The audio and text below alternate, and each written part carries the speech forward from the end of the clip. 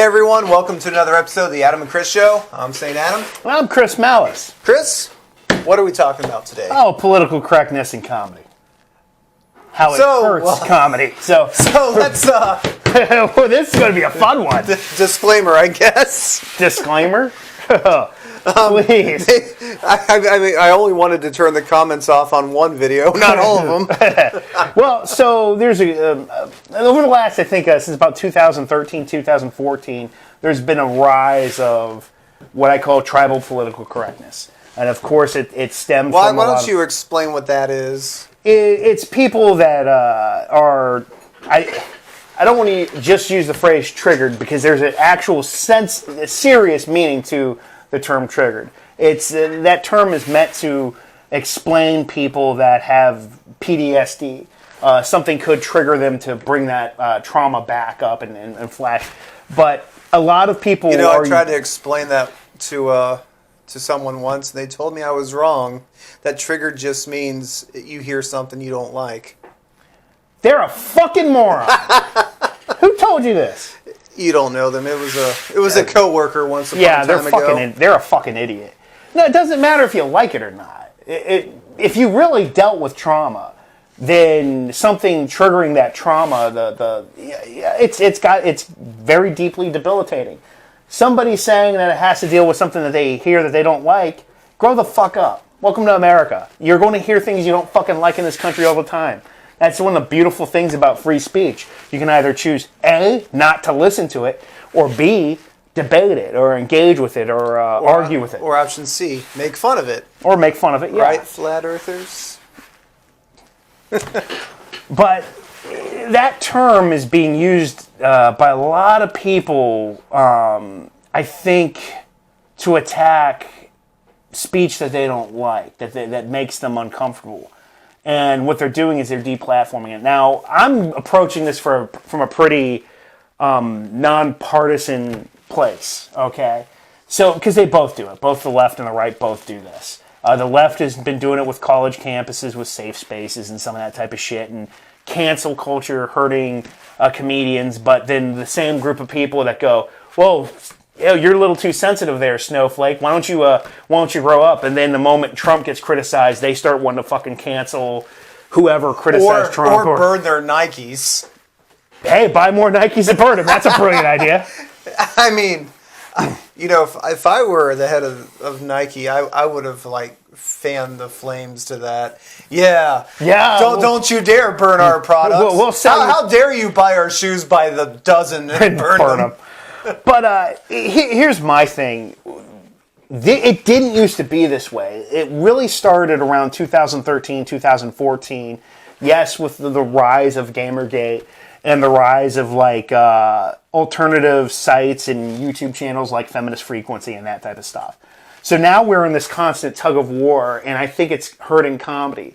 So as I digress, there was an article recently written attacking Bill Hicks. 5 fucking comedians. Recently. 5 fucking comedians. And I'll get back to that aspect of it too. They basically try to label, Bill Hicks, the late great Bill Hicks, one of the most underrated comedians of all time, as a misogynist. And in it, they attack his routine. Now, there's this kind of standing, this long-term, old guard standing of stand-up comedies. You don't go after other people's routines, because when you start doing that type of stuff, you can not like it, but once you start publicly shaming their routine, you open the door for all kinds of censorship. All this type of stuff is in 21 and up clubs, so we're all adults, so we can all have conversations about very hot button issues. We're all adults, we all get it. Well, I mean, I can think of where that led. Do you remember that video? I think it was a year or two ago of the guy who was doing anti-humor. He's a fucking moron. Remember, he was a guy that took offense to something at an acting class and turned it into a stand-up routine where he basically said, "You will not do this to me. You'll not." He's ranting, but it's not funny. But because you don't laugh at it, then you're the one that has the issue, not him. You remember that video? Yeah. So what the guy does is he goes to comedy clubs and he books himself like a comedian and he does this bullshit yelling protest saying he won't make fun of people. No, he said you won't make fun of me and, just all kinds of bullshit. If you go up on stage and do that, when someone knocks you the fuck out... Wait, no. I would have paid to have been the guy to go on after him. Oh my God. Just to go and tell one joke and make the crowd laugh? Just go. I'm like, I would have been like, call you on the phone. Chris, I need you to come down to the comedy club. Bring a pocket protector. This is what I need to look like. This is going to be great. And go up there and like just be a parody of that guy.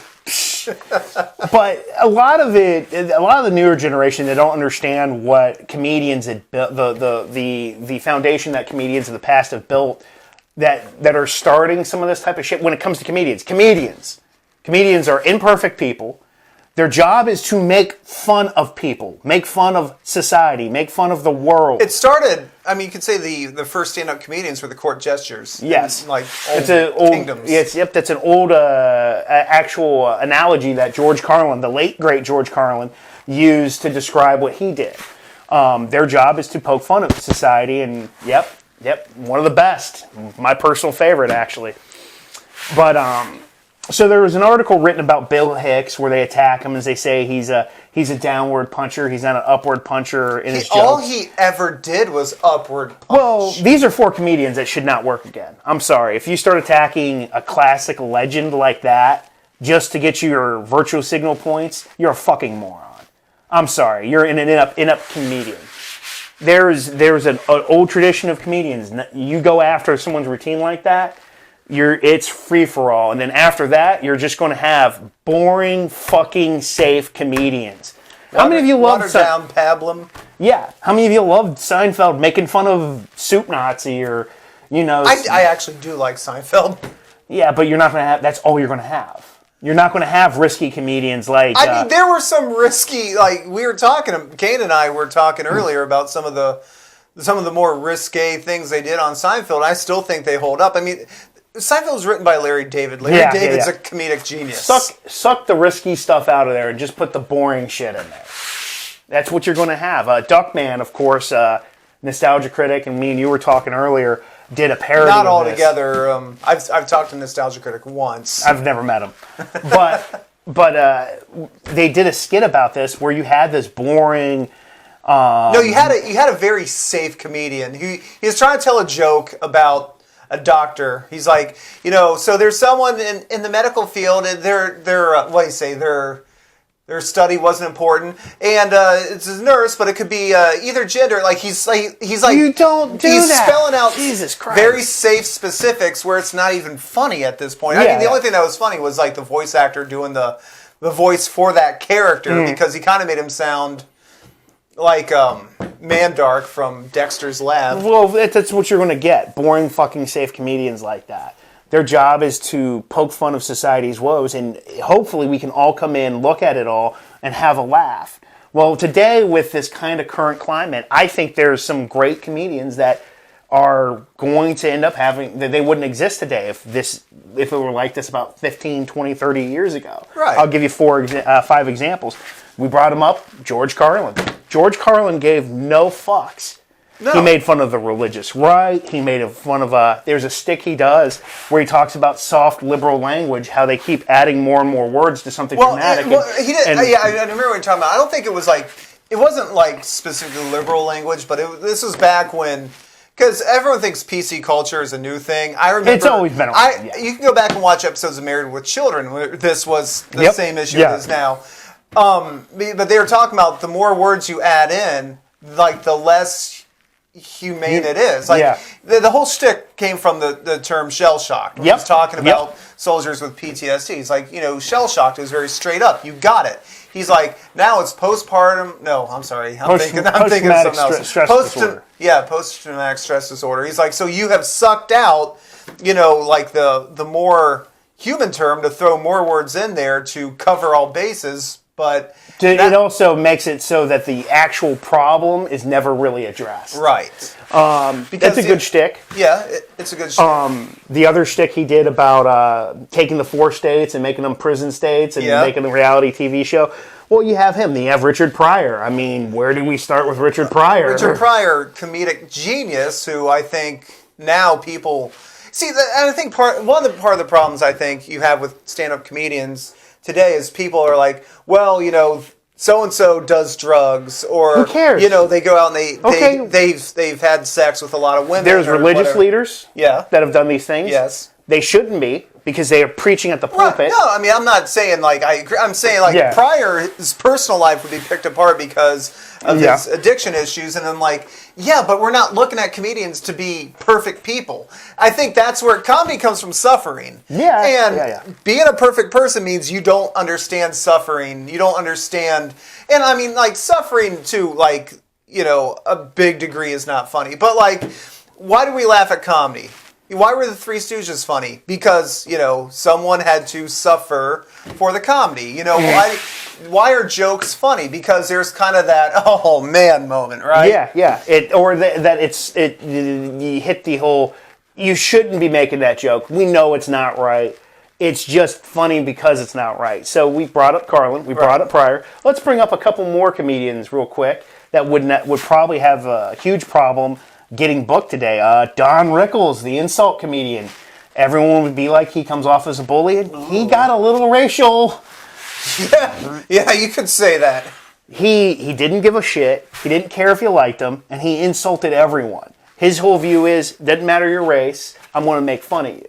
He's probably the greatest. Isn't that Chappelle's shtick now? He will make fun of everyone. Chris Rock. Chris Rock went after everyone, too. Yep.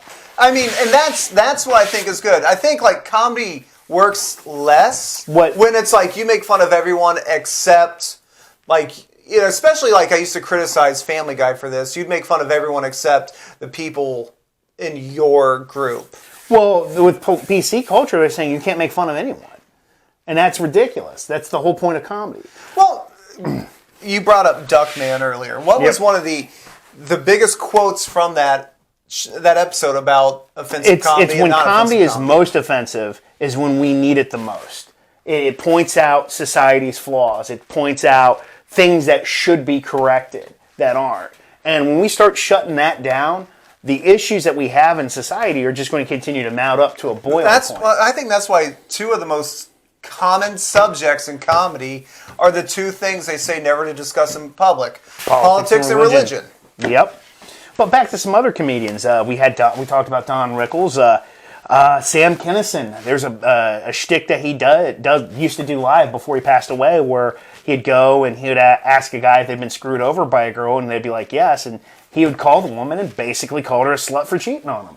You could not do that shtick today. You could not. People would go, it'd be the feminists would get mad. People would say he's slut shaming and all that type of stuff. Well, you probably also get the religious people out there that didn't like Kinison anyway. Yeah. And they're like, and he's using these. He said slut. He said fuck. He said just. I mean, hell, go back to Carlin. 7 words you can't say on television. Yeah, he was a walking 7 words you couldn't say on television. And Kinison won it, which is sad because they're one. These are in your top 10, your top 50 list. These are your top 20 greatest comedians of all time. Well, I mean, and even comedians that maybe don't do stand up anymore, like Eddie Murphy. Mm-hmm. Eddie Murphy does a lot of movies now, but back in the day, if you remember the 80s, if you ever saw Eddie Murphy Raw, it's hysterical. Yeah. But, I mean, nowadays, people might have an issue with that. And I'm like, no, Murphy was on fire at that point. You couldn't get funnier than him on that night. The people that don't get it and get outraged are they're the minority. The majority of people get it. The majority of people understand what he was doing or whatever. But back to Eddie Murphy, I'm going to put a little aside here. One of the absolute best parts of it, I think it was Eddie Murphy Raw, is when he starts talking about, he gets a phone call from a very specific family-friendly comedian, and he basically gets told what was his comedian's name? Oh, it began with Phil Rosby. It began with Phil Rodsby? It rhymed with Phil Rodsby. So watch that and think about things today, how that panned out. You always said, now I think Mr. Rogers would probably be the exception to this rule, but you always said the more family friendly someone comes off, the bigger the skeletons in that closet. Yes, absolutely. One last comedian I think I'd like to talk about is the Dice Man.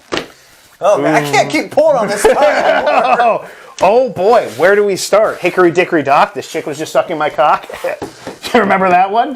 How can I forget? What happened when the clock struck 2? You know what? We don't need to go into that.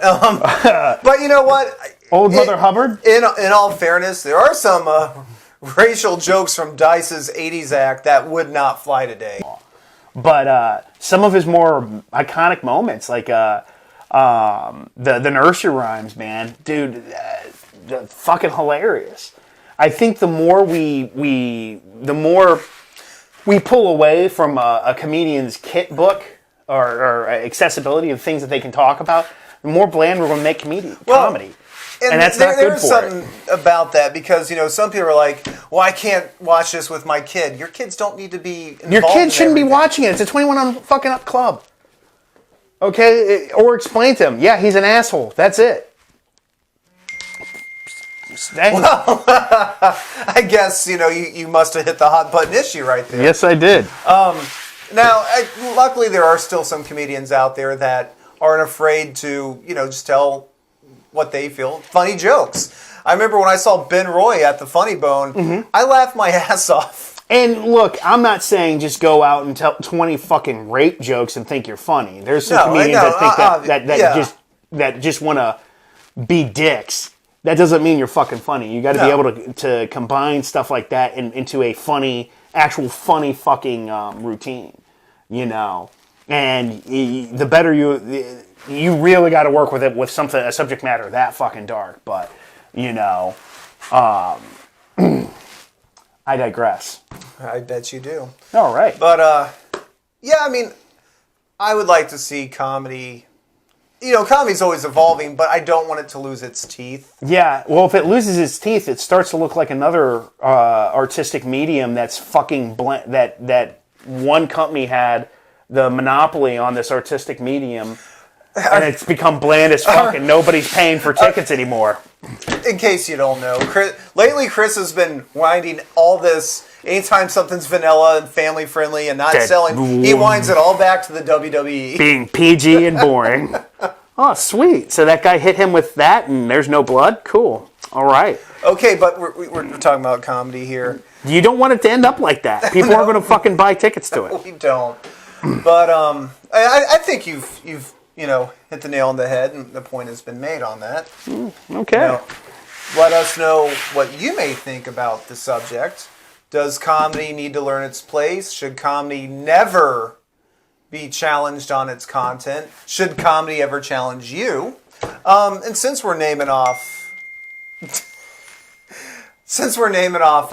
comedians, Chris, what's a comedian that you fucking Kinnison? Sam Kinnison. Look up his old routine. He's fucking great. Well, I was going to say, how about not your, actual father, but your spiritual father, Lewis Black. Yeah, Lewis Black is... Yeah, that's going to be me at 60. It's you now. I'm working on it, so... Yeah, check out... do the research for yourself. Check out Carlin. Check out Pryor. Check out Bill Hicks. And you'll laugh your fucking ass off. And, to see newer comedians, like I said, check out Ben Roy. I always thought he was hilarious. All right. So if you like this video, please give us a thumbs up. Subscribe to the channel. Share it with some friends. Let's talk about comedy. Let's have that discussion in the comments section below. You can feel free to follow us on Twitter, Facebook, and again, I keep making this promise, but I assure you it's coming, the Instagram. You got anything you want to add? No. All right. Well, from the Adam and Chris Show, I'm St. Adam. And I'm Chris Malice. Take it easy.